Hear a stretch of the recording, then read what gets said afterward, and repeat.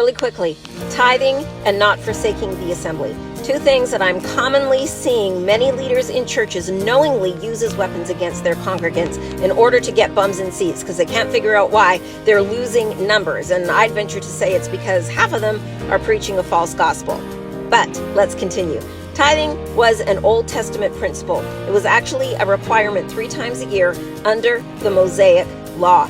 And in terms of Malachi 3:10, that was specifically for the nation of Israel. The storerooms were just that, storerooms outside the temple to store the grain or the harvest of a tenth of the harvest from the land crops. It was never money. Guys, the Lord loves a cheerful giver, and we've already been blessed with every spiritual blessing in heavenly places. So don't let anybody put you back into doubt, fear, and condemnation over that, okay? Another thing of the Hebrews 10:25, not forsaking the gathering together. This was for, at that time, Christians that were under much persecution, the Jewish Christians. And so it was written to encourage them, don't forsake getting together. We could apply that to us today, but listen, the church is not a building. We as the body of Christ are the church. And so we should be in fellowship with one another so we can lift one another up in the things of God.